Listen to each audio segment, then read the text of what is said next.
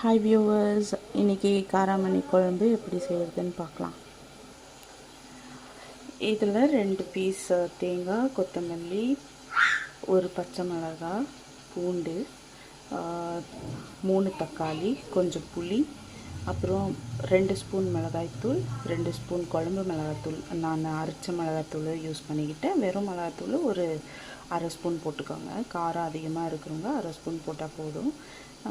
அப்புறம் கொஞ்சம் சீரகம், வெந்தயம், அப்புறமா காராமணி, வேக வச்ச காராமணி ஒரு அரை கரண்டி. இப்போ இது எல்லாத்தையும் நான் மிக்சியில் அரைச்சிக்கிறேன்.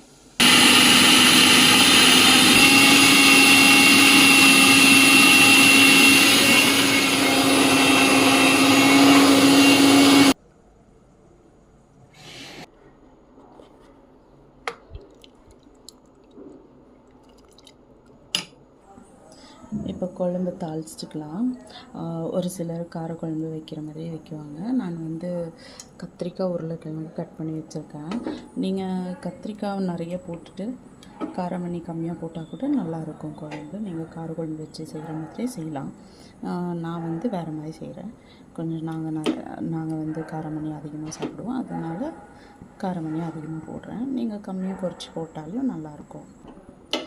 இன்னும் சிலர் காராமணியில் கருவாடெல்லாம் போட்டு செய்வாங்க. அதுவும் ரொம்ப சூப்பராக இருக்கும். நல்ல ஹெல்த்தியான ஃபுட்டு தான். நீங்கள் பசங்களுக்கெல்லாம் தாராளமாக கொடுக்கலாம்.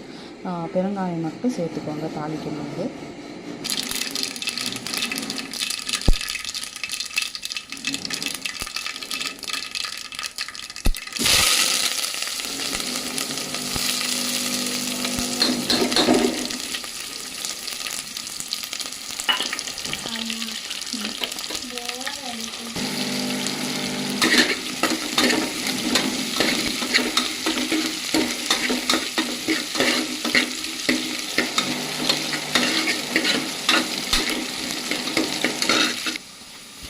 சிலர் தேங்காய் இல்லாமலே செய்வாங்க. தேங்காய் தேவைப்படுறவங்க நிறைய வச்சு செஞ்சுக்கிறோங்க. தேங்காய் வேணான்றவங்க நீங்கள் காரக்குழம்பு செய்கிறவங்க தேங்காய் இல்லாமல் செய்கிற மாதிரி செஞ்சுக்கலாம்.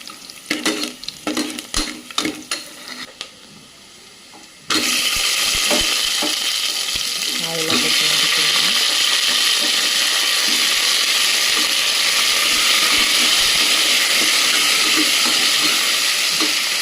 நான் கத்திரிக்காய் கம்மியாக தான் போட்டிருக்கேன்.